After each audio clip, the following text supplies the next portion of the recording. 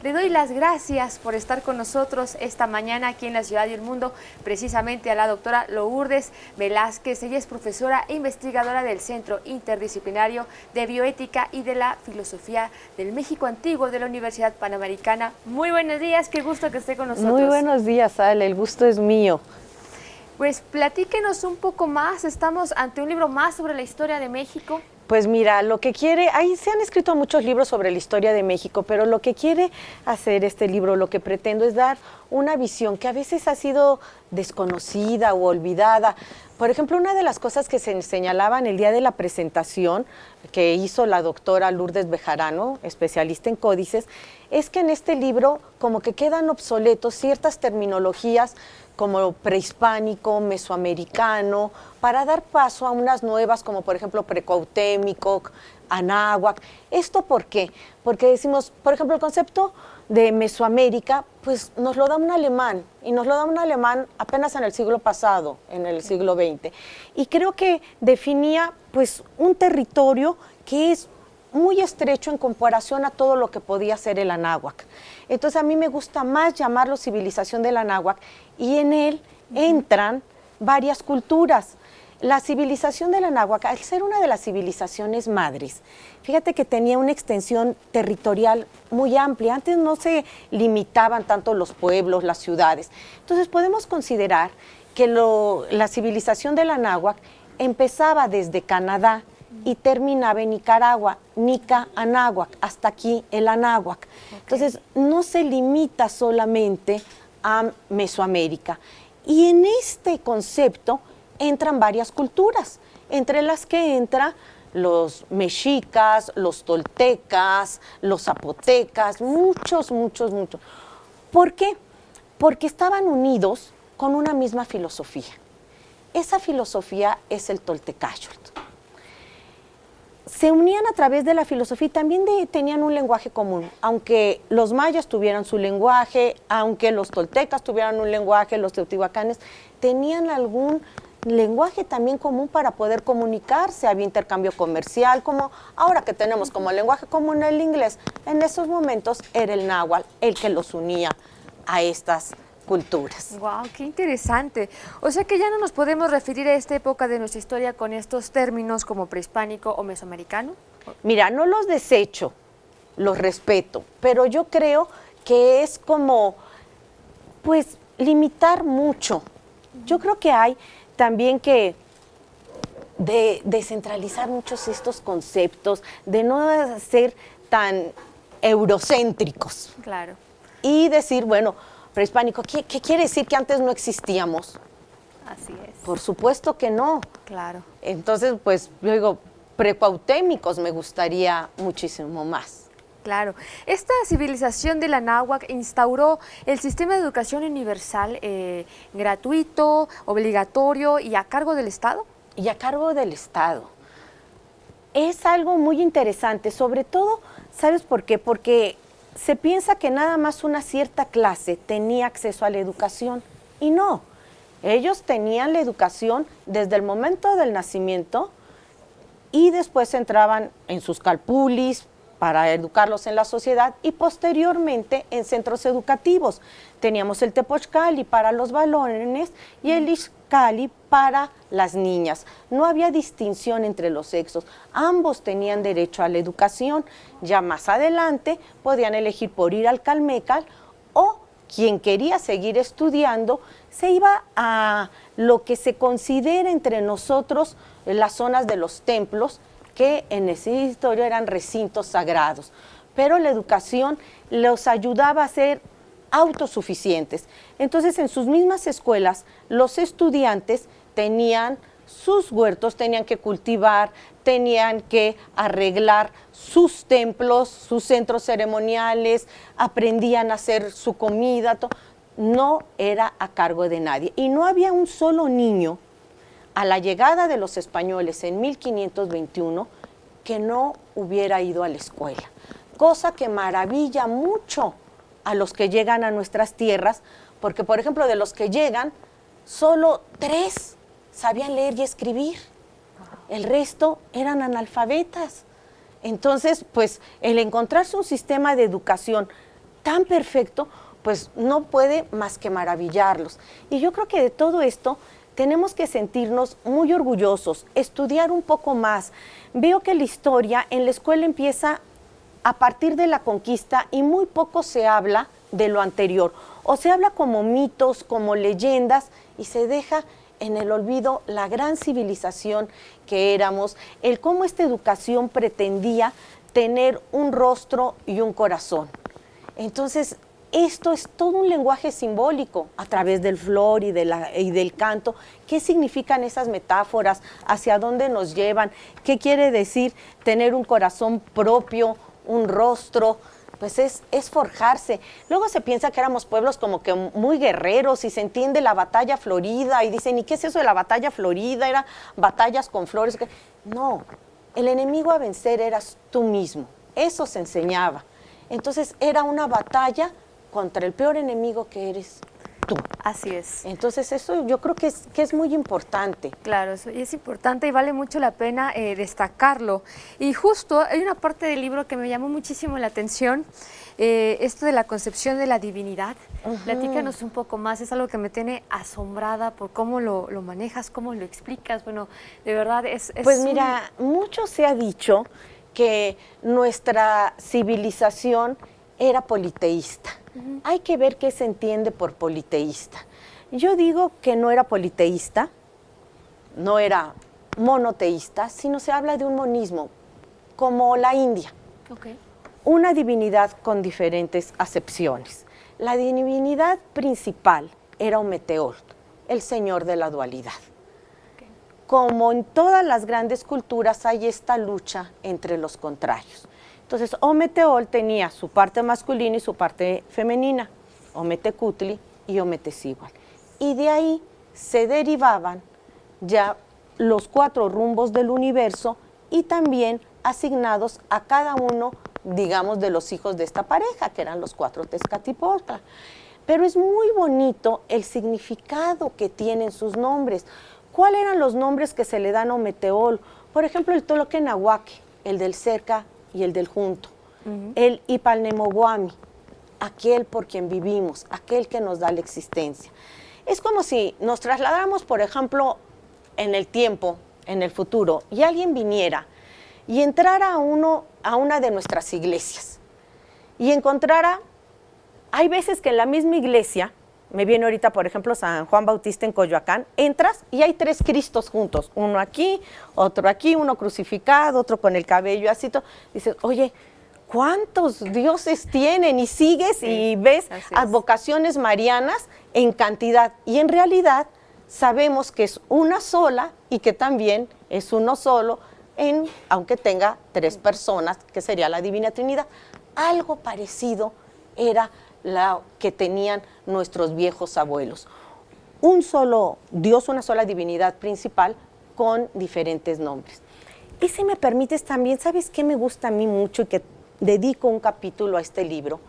El trato que se le da a la mujer, porque va muy relacionado con esto. Así como Ometeotl tenía una parte femenina que era su complemento, la mujer en la sociedad de la náhuatl también venía a ser un complemento. Te digo, también tenía derecho a la educación y tenía sus funciones propias.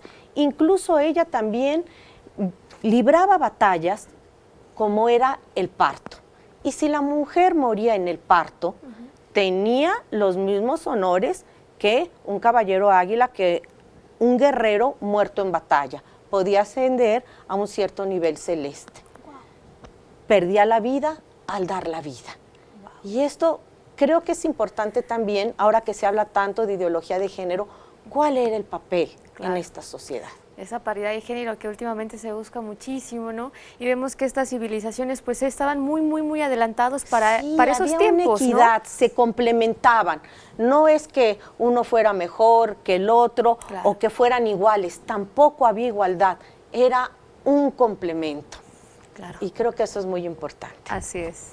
Sin duda hablamos de un choque de culturas, pero a mí me intriga mucho qué es lo que impulsa a la doctora Lourdes a escribir esto, en qué momento se detona decir, pues hay unas partes que se olvidan. Nos comentaba académicamente, pues no se habla mucho, ¿no? Pues mira, no nos enseñan mucho. O sea, ¿qué la impulsa? Te voy a contar algo personal. Sí. Pues también en mi familia hay un choque de estas dos culturas.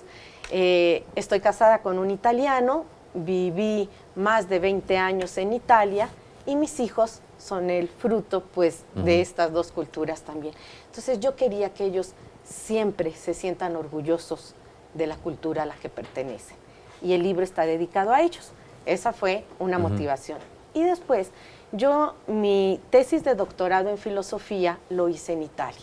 Dije, ¿qué les voy a hablar de Platón, de Aristóteles, de San Agustín? ¿Por qué no les hablo de algo mío? ¿Por qué no hacer una tesis de doctorado sobre lo propio, sobre nuestras raíces y poderlo difundir? Y fue así que empezó la idea de la investigación, que es un gusanito que te entra adentro y te lleva a seguir, y amas más a veces cuando vives en el extranjero porque añoras y porque quieres difundir. Ahora que hay tantos problemas raciales en Europa por la migración y que todo, y que tienen una idea errónea, y ustedes hacían sacrificios humanos, y ustedes, oye, no, espérame, y eran ignorantes, oye, estábamos avanzadísimos en medicina. Claro. Vale. Nosotros teníamos ya el antecedente de la penicilina, simplemente para curar las heridas, porque incluso los españoles tenían más confianza en nuestros médicos. Por ejemplo, mojaban la tortilla y la ponían en la herida. Después la cambiaban y otra vez la humedecían. La tortilla formaba hongos. El hongo es el antecedente de la penicilina, que las ayudaba a curar. Suturaban con los cabellos, hacían trepanaciones de cráneo, incrustaciones. Entonces yo digo, yo todo esto lo tengo que difundir y que hacer conocer, y fue así como empecé a interesarme en estos temas que son... Que por ahí, por ejemplo, ahorita que toca esa parte, decían que por ahí que se inventaron el maíz, ¿no? Así como alimento básico, ¿no? Porque te digo que somos una de las 6 civilizaciones madres, y para ser una civilización madre, pues son aquellas que tienen un origen autónomo, pero que tienen que tener un alimento básico, tienen que tener una filosofía, tienen que tener un maestro, un sistema de educación, y todo esto lo teníamos nosotros. Otras civilizaciones madres son Egipto, la India, China, Mesopotamia y el Tehuantinsuyo, los incas. Entonces estamos al nivel de ellas, pero dices, ¿por qué China sigue cultivando su historia, la India también, y nosotros qué? Egipto también. Entonces, pues yo creo que nadie sabe hacia dónde va si no sabe de dónde viene. Y entonces hay que volver a estudiar nuestras raíces, hay que mirar un poquito hacia atrás, porque yo creo que en eso hay muchas respuestas. ¿Y dónde podemos acceder a este gran trabajo? Pues mira, lo pueden adquirir en la Universidad Panamericana y también ya en algunas librerías, como puedo decir nombres, sí, claro. Gandhi, El Sótano. Lo publica una editorial nueva que se llama NUN, Notas Universitarias. Entonces en Editorial NUN, en redes sociales, ahí tienen su página y ahí también les pueden dar toda la información. Lourdes, ¿cuánto tiempo le llevó a investigar sobre este mundo? Pues mira, de que yo hice mi tesis doctoral han pasado 25 años y no he dejado de investigar sobre estos temas, siempre algo nuevo, y tengo una columna en un periódico en el que fui haciendo artículos sobre argumentos. Entonces la recopilación de los artículos ayudó mucho, los artículos que publico en Carta de México, y también las conferencias. Desafortunadamente en nuestra tierra no interesa tanto hablar de estos temas, en cambio en el extranjero sí. Simplemente entre el 2010 y el 2012, acerca del calendario maya, di más de 100 conferencias entre Europa, América la pregunta Latina, obligada, ¿no se va a acabar esto, no? Se va a acabar esto, ¿y qué está pasando? Sí. Y díganos, viene el fin del mundo, les empieces a explicar, y luego somos ignorantes en nuestra propia tierra, vamos a decir, es una tristeza. Las pocas que me pidieron en México acerca del calendario maya, me decían, doctora, mire, ya tenemos el póster de su conferencia, y veías el calendario azteca, y que es Piedra del Sol, ni calendario. Digo, oye, no, vuélvelo a hacer, porque ese no es el maya. Entonces, te dabas cuenta cómo aquí había una gran ignorancia. Y allá quedaban fascinados, no podían creer que, por ejemplo, la pirámide de Chichén Itzá representa también las 4 estaciones, que cada uno de los escalones tiene un significado, que multiplicados nos dan el número de días, que el último era el volver a equilibrar todo el año. Todo eso, claro, nada, yo creo que tenemos que estudiar un poquito nuestros orígenes. Lourdes, pero ¿qué hacer para que la gente se interese en estos temas que al final del día son nuestras raíces, es de donde venimos, es parte de nuestra cultura y de todo nuestro acervo? Pues yo creo que primero que nada hay que empezar desde los niños a educarlos a que amen lo propio, a que amen su cultura, sus tradiciones. No está mal que se mezclen, por ejemplo, en una fiesta próxima que tenemos, que es el Día de Muertos, y se habla también de Halloween. Yo no te estoy diciendo que le quites al niño el Halloween, pero ¿por qué no le haces conocer lo que es el Día de Muertos? Claro. Que está impregnado mucho de nuestras cosas. Muchas cosas nuestras las tuvimos que ocultar. Nuestro español lo llenamos de nahuatlismos. Nuestras fiestas las tuvimos que hacer con un sincretismo religioso como el Día de Muertos, pero de todas maneras, eso hay que contárselos. Nuestras danzas con los concheros, nuestro catolicismo con lo guadalupano, muchas cosas ahí están. Y yo creo que hay de irlas descubriendo poco a poco y no tratar de copiar modelos que no nos pertenecen, cuando tenemos unos modelos muy ricos. Se habla, por ejemplo, de Europa como el viejo continente. En realidad, el viejo continente somos nosotros, somos más antiguos. Quitar ciertos mitos, que al niño le digas, oye, es que la noche triste. Oye, ¿por qué la noche triste? O sea, noche triste para los conquistadores, ¿no? Las que lo llamaron eran. Entonces, llamémoslo nosotros de una manera diferente. Para nosotros no fue una noche triste. Al contrario. Entonces, así, poquito a poco, irles enseñando que el penacho no es algo folclórico, sino que cada pluma tenía un significado, era la adquisición de un conocimiento. Tú adquirías un conocimiento, como nosotros ahora en un currículum tenemos muchos diplomas, ahí era darte una pluma.